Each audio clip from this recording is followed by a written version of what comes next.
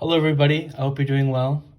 This is the first lesson on rational functions, and yeah, we're just gonna go for it. So the first thing, this is a new unit, so rational functions.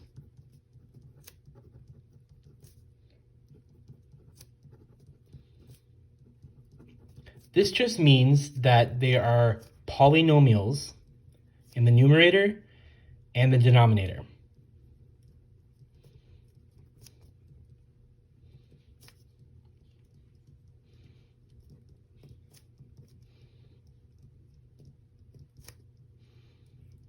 So think of this as just polynomials, but with fractions.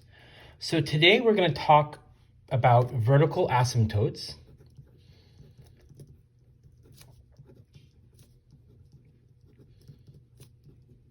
And wholes. So these are some things that come up when you have these polynomials and fractions. So the thing to remember, this lesson is going to involve a lot of factoring. So I hope you remember it. So just a quick review of factoring. Say you have this beautiful polynomial x squared minus 6x plus 8. Just go ahead and do your x method, right? You put the 8 on the top and the negative 6 on the bottom. Okay, well, what times what is going to be 8 and what plus what is going to be negative 6? So that's going to be negative 4, negative 2. To put that in its factored form with the parentheses, just do x minus 4, x minus 2. And then if you remember from finding the roots of the polynomial, what you can do is you can just set these equal to 0. So I know that the root of this is going to be x equals positive 4, and then x equals positive 2. Beautiful. Another thing to remember for factoring is your difference of squares. So say if you have x squared minus 9, all right, well, I know that 9 is a perfect square of 3, so this is going to be x plus 3, x minus 3. And then you know that the roots would be x equals to negative 3 and x equals positive 3. Beautiful. So the other thing to remember as we do this is we learned in the exponentials unit about asymptotes. So if you remember, an asymptote is a graph that it is a dotted line where the graph approaches but never reaches. So we usually represent it as the dotted line. Dotted line. Graph approaches, never reaches, never touches either. Right. So we are going to do an example of what this rational function looks like. Okay, so here we go. An example rational function. Here's example 1. So we have x plus 2 over x squared minus 4. So your first step is always going to be to simplify.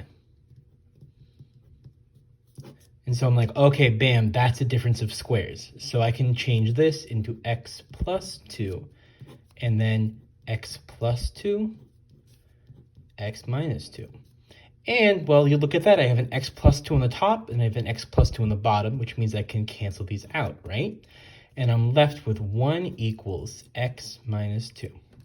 All right, so if you remember from your Algebra 1 days, you know that the graph of this is going to look like a inverse graph, but it's just going to be shifted, right? It's just going to be shifted to the right. So when I'm drawing this, I know that there's going to be a vertical asymptote at x equals 2. Think of it as the root of this. So I like to say VA, vertical asymptote, at x equals 2. So if I did this graph, it would kind of look like this. So I have, let's see, 2 to the left, 1, 2, and then bam. So here's our vertical asymptote. And it's going to look something like this. Curve there, and a curve there. But here's the thing, we're not done. So remember how we crossed out this x plus 2? Well, we know that there's going to be a hole there. It's still going to be there in the function. So we know that the root of this canceled out x plus 2 is going to be x equals negative 2. And so even though it looks like the graph is going to have that, there's actually going to be a hole right here. Now, why does this vertical asymptote exist? Why does this hole exist? Well, in the rules of math, what's the cardinal rule of math? You can't divide by 0, right? So if you have this 1 equals x over 2, and then you put this 2 down here, then you have 1 over 0, and that's a big no-no.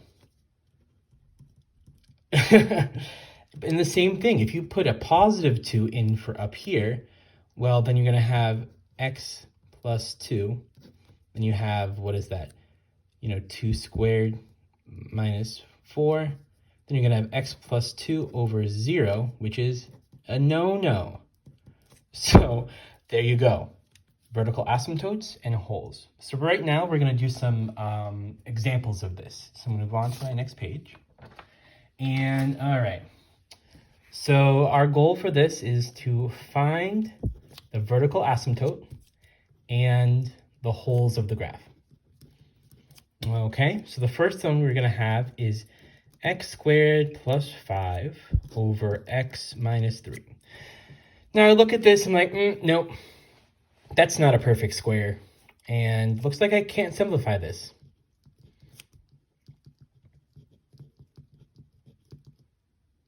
So I go to the denominator, I'm like, okay, well, the denominator is x equals 3. That means that the root of the denominator is going to be x equals positive 3. So when x equals positive 3, the denominator is 0.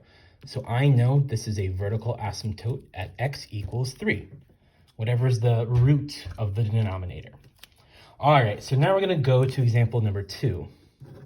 And here we have our x squared plus 6x plus 8 over x squared plus 5x plus 4. All right, remember our first step is to simplify. So for this, we got to factor. So I factored this and I'm going to get x plus 2, x plus 4. And then when I factor the bottom, I'm going to have x plus 1 and then x plus 4. Well, would you look at that? We have an x plus 4 on the top, x plus 4 on the bottom, so we can go ahead and cancel that out. So when we simplify this, we're left with x plus 2 on the top and then x plus 1 on the bottom. Okay, so that means we can look at the denominator now and find the root of the denominator, which is going to be x equals negative 1. So when x equals negative 1, the denominator is 0, which means that the vertical asymptote is x equals negative 1.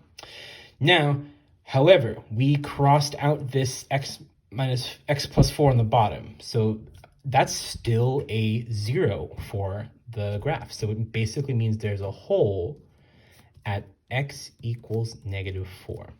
All right, so that's how you do these. First you simplify, then you look at the denominator and you get the 0 or the root of the denominator. And then if you crossed out anything, make sure that that's your hole. And that's all. Hope you have a great week, and I'll see you again on Wednesday.